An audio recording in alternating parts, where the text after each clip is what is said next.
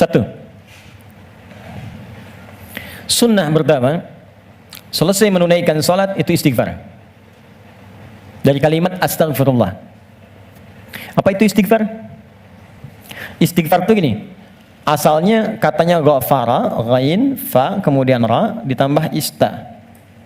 Setiap ada ista artinya minta. Ghafara itu mengampuni, ghufran ampunan, istighfar minta ampun.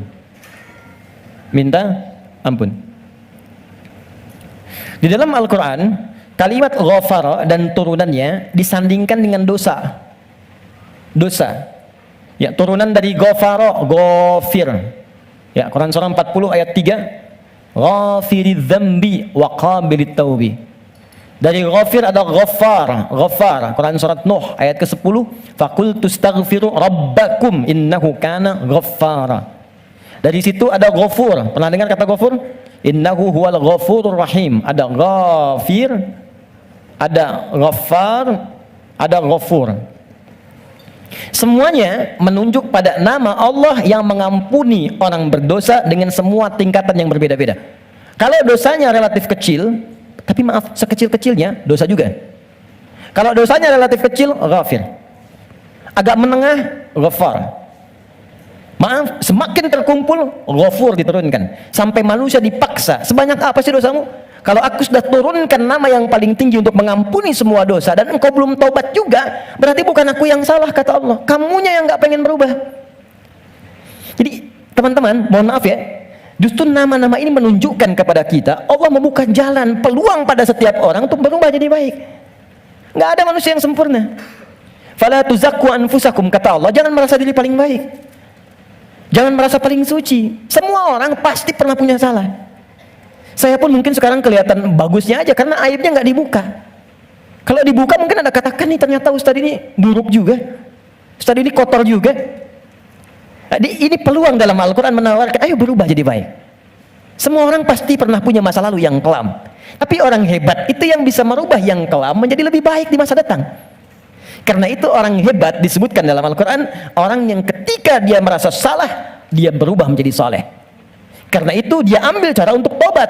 Karena itulah Nabi memberikan isyarat, Allah sangat mencintai pelaku maksiat yang tulus bertobat dibandingkan orang soleh yang tidak pernah merasa salah. Catat itu. Di peluang jadi baik untuk semua. Di teman-teman pun kalau ada yang ingin taklim, jangan dilihat siapa dia. Oh dia ini, dia itu. Mungkin bergabung, barangkali dia lebih soleh dari orang yang pernah datang sebelumnya. Datang, rangkul, doakan. Insya Allah jadi baik. Ini turunkan. Tapi yang paling menarik teman-teman sekalian, nah fungsi istighfar yang pertama, kita minta ampun, artinya ada dosa. Dosa apa yang terjadi pertama kali pada orang yang baru selesai sholat? Kata para ulama, jangan berpikir yang besar-besar dulu. Mungkin dosa besarnya yang pertama kali terjadi pasca sholat, dosa yang harus ditutup dengan istighfar itu, dosa kurang khusyuk dalam sholat. Waktu diminta sholat khusyuk kan? Kata Allah suruh khusyuk kan? Wasta'inu bisabri wassalah wa innaha lakabiratun illa 'alal khasyin. Ayo salat, salat yang khusyuk. Hafidhu 'ala salati wa salatil wusta wa qumu lillahi qanitin. Quran surah kedua ayat 238. Kata Allah, kalau kamu salat yang khusyuk ya. Tapi berapa banyak dari sekian salat yang khusyuk? Bahkan baru takbir sudah kurang khusyuk. Allahu akbar, katanya Allah yang akbar. Katanya Allah yang besar. Tapi kok tiba-tiba pekerjaan jadi besar? Update status jadi besar. Ya. Media sosial jadi besar, kendaraan jadi besar. Allahu Akbar ingat mobil, Allahu Akbar ingat IG, Allahu Akbar ingat Facebook. Berarti kan sudah keluar dari konten kekhusyuan, kan?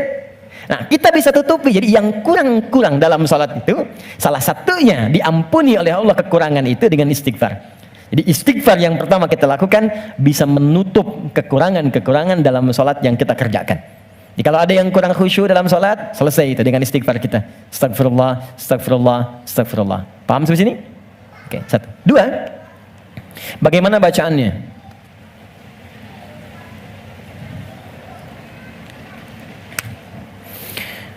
Teman-teman sekalian, bacaan istighfar itu bergantung pada kadar dosa dan jenis kesalahan yang kita perbuat.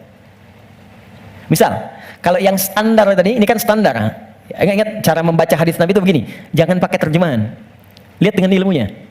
Jadi kalau Nabi katakan ini bukan berarti harus begini saja, kalau yang lain tidak. Bukan. Kumpulkan dulu semua referensinya, baru kita lihat.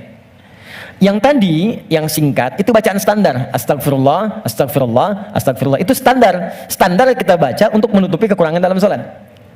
Tapi kalau kita ingin memohon kepada Allah dengan istighfar itu real, nyata, menggugurkan dosa yang kita kerjakan, maka coba oleh antum diingat dulu, punya jenis dosa apa yang kita kerjakan dalam kehidupan.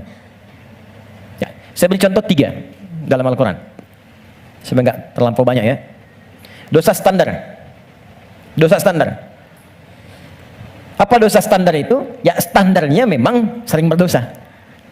Contoh, mata fungsinya apa? Oh kan? Lupa kan? Oh, sudah lupa suka nggak ingat memang. Mata itu untuk kita bukan melihat, tapi melihat yang baik-baik. Ingat, melihat yang baik-baik. Teruskan kalimatnya. Kalau melihat saja, semua dilihat. Tapi ketika Anda ikutkan melihat yang baik, berarti ada yang boleh dilihat, ada yang tak boleh dilihat. Yang baik itu yang dilihat. Ketika mata melihat yang tak baik, berarti salah.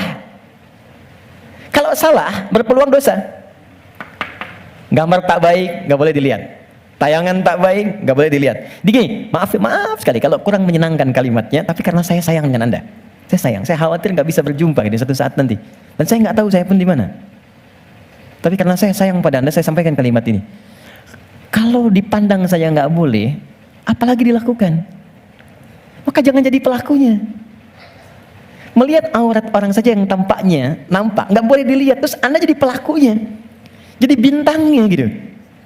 Maka berapa banyak dosa Anda kumpulkan dari situ? Jadi ketika mata saja, ini kan mata peluang melihat yang tak baiknya banyak. Ya Anda keluar dari sini, Videotron muncul. Jangankan keluar, buka handphone ada gambar, WhatsApp ada iklan. Anda lihat status, yang lihat status istri orang. Terus sebaliknya. Ya, salah? Tidak. Tapi kalau syahwat datang, jadi keliru.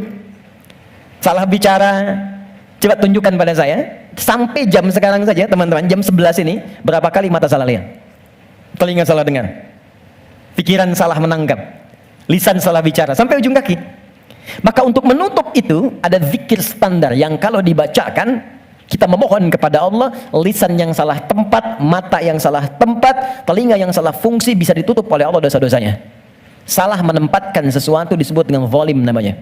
Zalim itu keliru menempatkan sesuatu bukan pada tempatnya. Gelas untuk minum, gayung untuk mandi. Ada orang mandi pakai gelas, minum pakai gayung. Zalim. Mata melihat yang baik. Ketika dipakai melihat yang tak baik, zalim namanya. Maka ada zikir untuk menutup perbuatan zalim dan minta rahmat kepada Allah untuk mengampuni dosa-dosa yang tertuang dalam perbuatan zalim itu. Itu di Quran surah ke-7 ayat ke-23. Dan zikir itu sudah diajarkan oleh Nabi Adam sejak pertama turun dari surga ke bumi. Rabbana zalamna anfusana wa illam taghfir lana wa tarhamna lanakunanna minal khasirin. Quran surah ke-7 ayat 23. Oke. Kalau teman-teman pengen baca untuk menutup dosa-dosa itu, kita tahu nih banyak dosa misal. Atau mohon maaf saya tes dulu atau saya tes lagi. Barangkali ada yang merasa dosanya masih sedikit. Yang nggak punya dosa hari ini siapa? Boleh angkat tangan. Oke. Yang sedikit. Yang banyak. Kayak saking banyaknya kita sulit angkat kan? Karena merasa ada, karena standar. Ini apalagi sekarang peluangnya banyak tuh. Saya barusan protes tuh di pagi tadi. Saya mengingatkan pada media-media. Kenapa sih sekarang banyak menampilkan yang buruk-buruk tayangannya? Sehingga jadi tutorial maksiat gitu. Sekarang maksiat tuh ada tutorialnya. Coba, Allahu Akbar. Saya di jalan aja mau ke sini, buka berita isinya pembunuhan, perampokan, gini itu. Apa nggak ada yang baik-baik diberitakan? Orang itu kan apa yang diberitakan, pasti itu yang dilihat. Jadi kalau Anda membuat tayangan bagus, punya dilihat juga. Jadi kalau bisa bikin yang soleh, kenapa membuat yang salah? Kalau bisa membuat yang baik, teman-teman nih ya, misal Anda nih ikut project, bekerja di situ. Jadi kalau Anda semuanya kompak kerjakan yang baik, ya kan ikut kok semuanya. Siapa mau mainkan yang buruk-buruk? Jadi kalau kita bisa mengerjakan yang mulia, kenapa harus mencari sesuatu yang tidak baik? Nah, sekarang kita sendiri ketika mengerjakan diingat, ini baru hari ini, belum sebelumnya. Di begitu kita ingat, kita ingin tutupi, mohon izin, saya mungkin kalimatnya kurang menyenangkan. Setiap kita akan yakin akan meninggal. Pasti akan wafat. Pasti. Teman-teman pernah ingat nggak? Kita mengaji dari tahun berapa? Sampai sekarang. Coba hitung satu-satu di antara kita. Apakah ada yang selama kita awal mengaji masih ada orangnya sekarang? Mungkin sebagian sudah nggak ada.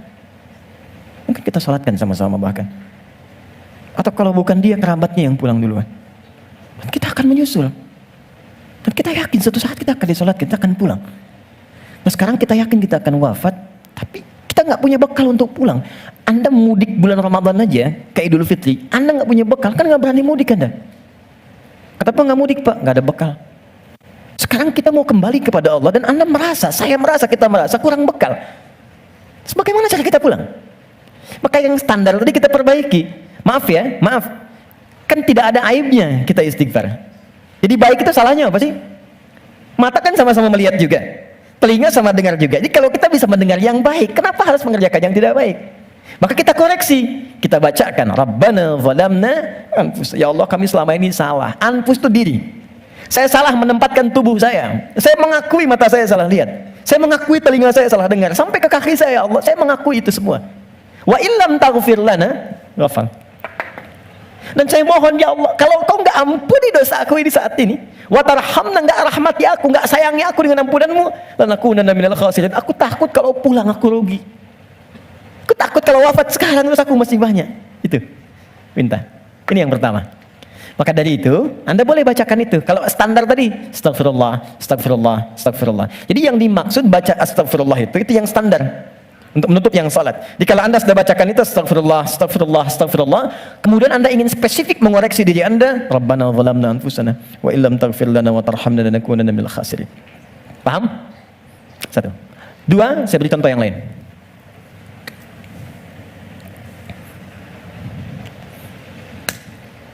Ada zikir istighfar yang terkait dengan kurang sabarnya saat mendapati ujian. Sampai Anda berkata, ya Allah, kenapa mesti saya? Ya Allah, saya kan pengen hijrah, kenapa banyak masalah? Ya Allah, kenapa pekerjaan saya nggak pernah sukses? Ya Allah, kenapa rumah tangga saya jadi begini? Saya kan pengen berubah. Itu pernah terjadi di masa Nabi Yunus alaihissalam. Nabi Yunus Dzannun pernah diuji oleh Allah. Jadi Anda bayangkan, Nabi aja yang jelas surganya itu diuji. Masa kita yang belum jelas surganya nggak pengen ujian? Oke.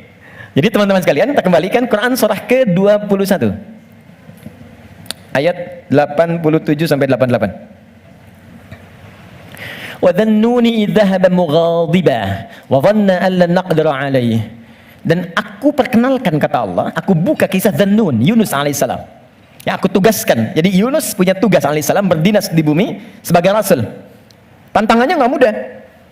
Maaf ya, ada yang kemudian mencela, ada yang menghina, ada yang menghujat, sampai naik ke kapal, sampai dilempar ke laut, sampai ditelan ikan paus. Puncaknya, sampai puncaknya. Saya mau tanya pada Anda, kalau ditelan ikan paus, kira-kira pengap atau tidak? Sudah pernah masuk? Gelap ya? Kita bayangkan, gelap, pengap, sulit kan? Tapi, yang ingin saya katakan begini, Nabi Yunus pada saat itu muncul sisi kemanusiaannya. Keluar kalimat begini, ya Allah, kapan kau tolong saya? Tuh. Idzaba mughadiba fa dhanna an lan naqdir alaihi. Dia kira kami enggak akan tolong. Dia berkata, ya Allah, kapan tolong saya? Kemanusiaannya. Cuman karena beliau nabi dan rasul, punya sifat ma'sum, maka diturunkanlah bimbingan oleh Allah untuk menjaga beliau supaya terbebas dari kesalahan, dijaga. Itu sifat ma'sum dari nabi dan rasul. Maka kami turunkan zikir kepadanya untuk mengatakan, kamu jangan mengeluh. Ini ujian. Maka diajarkan zikir oleh Allah untuk mengentaskan keluh kesahnya. Setelah keluh kesah hilang, maka semua kenikmatan didatangkan kepadanya. Tapi yang paling menarik, di ujung ayatnya ditutup, akan ada orang beriman melakukan keluhan yang sama di masa depan. Walaupun gak masuk ke perut ikan paus. Makanya kalimat Allah ketika membebaskan Nabi Yunus dari perut ikan paus setelah berzikir itu, kalimatnya fastajabna lahu fanajjainahu minal ghamb. Kami cepat jawab doanya. Jadi begitu berzikir, dikabulkan oleh Allah, ditutup semua dosa-dosanya. Dosa mengeluh ditutup, dosa seakan menyalahkan Allah ditutup. Ketika ditutup, kami selamatkan dari kesulitannya, kami limpahkan rezeki yang pernah dirasakan oleh ia sebelumnya, bahkan lebih. Tapi belum selesai ayatnya. Wa kadzalika nunjil mu'minin. Demikian pula kalau ada orang beriman tanpa batas di masa depan, umat siapapun ia, mengeluhkan peristiwa serupa, kalau dia melakukan zikirnya, aku lepaskan dari kesulitan yang menghimpit, aku berikan kebahagiaan tanpa batas. Saya tanya pada Anda, pernah nggak ada yang mengeluhkan ujian Allah dalam pekerjaan misalnya? Di rumah tangga, ya Allah kenapa mesti saya? Ya Allah why me? Kata Allah why not? Ya Allah kapan ini berakhir? Sebentar lagi. Ya Allah, ya Allah, ya Allah kenapa saya? Ya Allah saya kan pengen baik. Udah pengen hijrah bagus, datang ke masjid tampilan bagus, sendal paling bagus, pulang hilang sendal. Ya, ada aja gitu kan? Dan kita menuntut. Ya kata Allah tuh, kamu ini bagaimana? Nabi dulu aja diuji. Tapi Allah turunkan zikir untuk menghilangkan itu semua. Sebelum sampai pada zikirnya, teman-teman sekalian, Allah turunkan standar menghadapi ujian semacam ini. Ini pernah saya sampaikan sebelumnya. Jadi untuk menguatkan teman-teman dan saya, serta kita semua, di standar ujian itu begini. Dan banyak kata Allah gagal melewati ujian itu bukan karena kurang pintar, tapi nggak belajar cara melewatinya. Saya bikin persamaan sebentar ya. Di situ aja, nggak apa, nggak. Saya tahu mana yang saya harus dihapus. Mana coba? Nah, saya tunjukin. Antum di situ dulu, lihat dulu. Ya, saya tunjukin ya. Bismillah. Karena antum yang orang pertama saya tes nanti. Insya Allah. Yang ini dulu. Ini tidak. Jazakallah khair. Kalau mau dipegang, boleh? Pegang dulu aja. Lihat sini. Saya bikin persamaan begini. Saya tanya dulu. Mau masuk surga? Masya Allah, Alhamdulillah. Surga punya persamaan. Mau dekat dengan Allah? Alhamdulillah, Masya Allah. Dekat dengan Allah. Baik. Mau dapat ujian? Kok jadi lemas? Mau punya masalah nggak? Enggak. Maaf ya, cuman sayang. Persamaannya tertulis demikian. Surga dekat dengan Allah, ternyata kuncinya disebut dengan sabar. Kuncinya apa? Sabar. Ketika seorang masuk surga, maka kalimat pertama dari malaikat ucapannya selamat karena Anda punya kunci sabar untuk masuk ke sini. Itu di Quran surah ke-13 ayat 24. Salamun alaikum bima sabartum fa ni'ma uqbad dar. Selamat Anda sabar. Karena punya sabar, Anda bisa menikmati segala kenikmatan yang telah dipaparkan di surga ini. Yang ingin dekat dengan Allah, ternyata kuncinya pun serupa, sabar. Dalilnya Quran, surah kedua, ayat 153. Innallaha ma'as sabirin. Allah bersama orang-orang sabar. Di saya membuat persamaan begini, surga sama dengan dekat dengan Allah, sama dengan sabar. Sekarang, persamaan sabar dalam Al-Quran, sabar bersanding lurus dengan ujian. Dengan masalah. Ujian. Masalah. Dalilnya Quran surah kedua ayat 155 paling kiri sebelah atas. Wala nabluwannakum bisyai. Kami akan uji siapapun yang hidup. Jadi sepanjang hidup pasti akan mengalami ujian. Kalau persamaan berikutnya, ujian sama dengan hidup. Jadi kalau kita baca persamaan secara terbalik, orang hidup pasti mendapat ujian. Persamaan terbaliknya, orang yang tidak ingin dapat ujian sama dengan tidak ingin hidup. Nah, sekarang saya tanya lagi, siapa yang tidak ingin punya masalah? Boleh angkat tangan? Terus Anda maunya apa? Oke, sekarang lihat kembali, fokus baik-baik. Lihat sini. Jadi setiap orang hidup pasti diuji. Kalau nggak hidup, baru nggak dapat ujian. Sepanjang hidup pasti ada masalah. Anda berpikir nggak pengen punya masalah pun itu sebetulnya masalah. Setiap kita pasti punya masalah. Saya pun di sini sedang menghadapi masalah. Seperti Anda pun belajar dengan saya sedang menggali persoalan. Nah sekarang saya keluarkan persamaan ini. Di matematika kan begini kan, A sama dengan B sama dengan C sama dengan D. Maka A sama dengan B, A sama dengan C kan? B juga sama dengan C, C sama dengan D. Kita turunkan ini. Surga sama dengan dekat dengan Allah, sama dengan sabar, sama dengan ujian. Maka kalau kita turunkan, orang yang mau pengen ke surga sama dengan ujian. Pengen dekat dengan Allah sama dengan ujian. Pengen sabar sama dengan ujian. Jadi kalau Anda ingin mendapatkan surga, pasti dapat ujian. Karena surga itu kunci untuk mendapatkan nikmat Allah. Dan untuk mendapat nikmat Allah, sabar. Untuk sabar, ada ujian. Jadi ujian itu kunci untuk ke surga.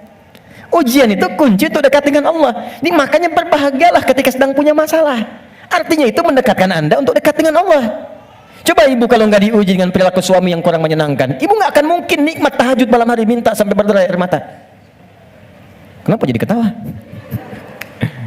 Antum kalau nggak diuji dengan ujian pekerjaan, nggak akan nikmat antum puasa. Bukankah tahajud datang saat pekerjaan mulai macet? Saat akhir bulan uang belanja belum keluar? Baru kan mulai, ya Allah. Terus puasa, terus baca Quran. Di kadang-kadang ujian itu muncul supaya kita bisa menikmati kedekatan dengan Allah. Di ketika Anda mengatakan, ya Allah, aku ingin ke surga Firdaus. Baik, nih ujian. Ini masalah. Cuman, supaya gampang mengatasi itu, diturunkanlah fikihnya, muncul caranya. Bagaimana supaya ringan menghadapi ini? Jadi bukan gelar yang dibutuhkan di sini. Pelajaran. Anda nggak belajar, nggak lulus ujian. Sekarang ini ada ujian kehidupan, nggak dipelajari. Status Anda setinggi apapun, gagal. Bagaimana rumusnya? Sebelum kita ke kalimat yang kita akan bacakan, maka turunan-turunan di Al-Quran. Ada 3 rumus. Pertama, kalau Anda sedang menghadapi masalah, kalau tidak ingin rumit, baik di kantor, di rumah, dimanapun, pertama kata Allah berlaku Quran surah kedua ayat 286. La yukallifullahu nafsan illa. Ini nih rumusnya. Prinsip pertama, tolong tanamkan dalam jiwa kita. Mustahil Allah menguji seorang hamba di luar batas kemampuannya. Kalau kita bahasakan ini ke dalam bahasa psikologi, itu akan menenangkan jiwa kita. Kalau Anda sedang diuji, katakan, kata Al-Quran, bisa, mampu. Karena mustahil Allah menguji kalau Anda nggak mampu. Teman-teman maaf ya, yang mampu itu Anda, bukan saya. Ketika Anda punya masalah sebesar apapun sekarang, Anda mampu, saya tidak. Karena itu Anda yang diuji, bukan saya. Allah menilai Anda mampu. Kenapa Anda pesimis? Allah menciptakan kita mengatakan Anda mampu. Kenapa kita yang diciptakan pesimis? Nikmati saja, katakan pasti bisa. Mampu saya. Kita yang punya ayatnya, orang Jepang yang praktekkan. Bahkan dia bikin benteng Takeshi.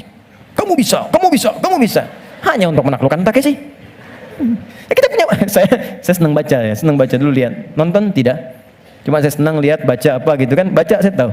Son Goku, musuhnya Piccolo, penulisnya Suzuki Watanabe, saya tahu itu, ya. Jadi tapi bacaan saja, ya. Liverpool kalah 2-0 sama Chelsea, saya tahu nih. Nah, balik sini. Kembali ke awal tadi. Jadi, ya itulah ujian. Kita mampu. Yang kedua, rumus kedua, Quran surah kedua Al-Baqarah di pertengahan ayat. Ya, yuridullahu bikumul yusra wala yuridu bikumul usra. Paling gampang al-insyirah, inna ma'al usri. Itu secara psikologis itu akan menguatkan kita. Dikata Allah, kalau engkau sedang punya masalah, katakan pada dirimu, pasti mudah, pasti ada solusinya.